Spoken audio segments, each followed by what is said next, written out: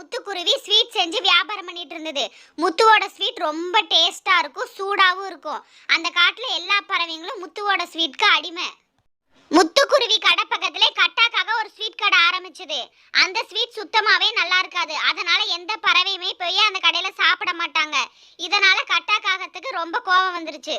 இந்த முத்துப்பாய் எங்க கடை வச்சிருக்கனால எனக்கு ரொம்ப பிரச்சனையா இருக்கு. எந்த பறவை என்கிட்ட சாப்பிட மாட்டாங்க. அந்த கடையில தான் கூட்டம் அதிகமா இருக்கு.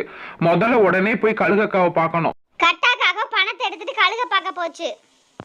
என் கடைக்கு பக்கத்துல முத்துன்னு ஒரு குருவி கடை போட்டிருக்கு. அது எனக்கு சுத்தமா பிடிக்கவே இல்லை. அந்த கடையில வியாபாரம் அதிகமா ஓடுது, என் கடையில வியாபாரமே ஓட மாட்டேங்குது. நீங்க அந்த கடையை அடைச்சு உடைச்சாலும் சரி, அவனை கொன்னாலும் சரி. என்கிட்ட சொல்லிட்டு இல்ல, ராத்திரி பாத்துக்கலாம், கிளம்பு.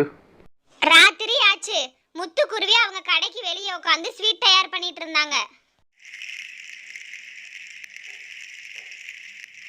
சீக்கிரமா இந்த ஸ்வீட்லாம் தயார் பண்ணிட்டு வீட்டுல போய் தூங்கணும். உடம்பெல்லாம் ரொம்ப களைப்பா இருக்கு. கழுகு பறந்து முத்து கடைக்கு வந்தது. சொல்லுங்க, என்ன ஸ்வீட் சாப்பிடுறீங்க? என்ன ஸ்வீட் வேணும்? என்னது ஸ்வீட் வேணுமாவா? ஸ்வீட்லாம் சாப்பிட வரல, உன்னை கொன்னு திங்க தான் வந்திருக்கேன். கழுகு பாஞ்சு போய் முத்துக்குருவியை அடிக்க ஆரம்பிச்சது.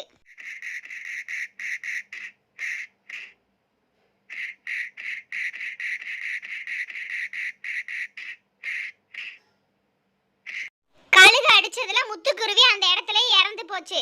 இதையெல்லாம் ஒரு மரத்து மேல உட்காந்து கட்டாக்காக பாத்துக்கிட்டு இருந்தது.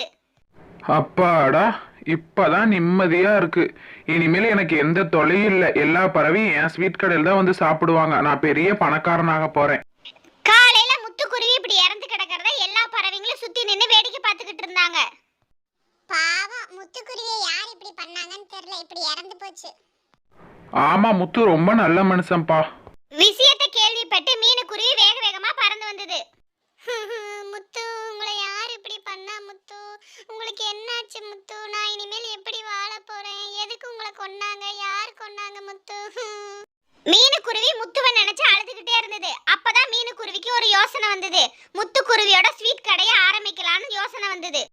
மீனுக்குருவி முத்துவோட கடைக்கு போய் அங்க எல்லாமே சுத்தம் பண்ணி வச்சு விறகெல்லாம் எடுத்து வச்சு ஸ்வீட் தயார் பண்றதுக்கு ஆரம்பிச்சிருச்சு.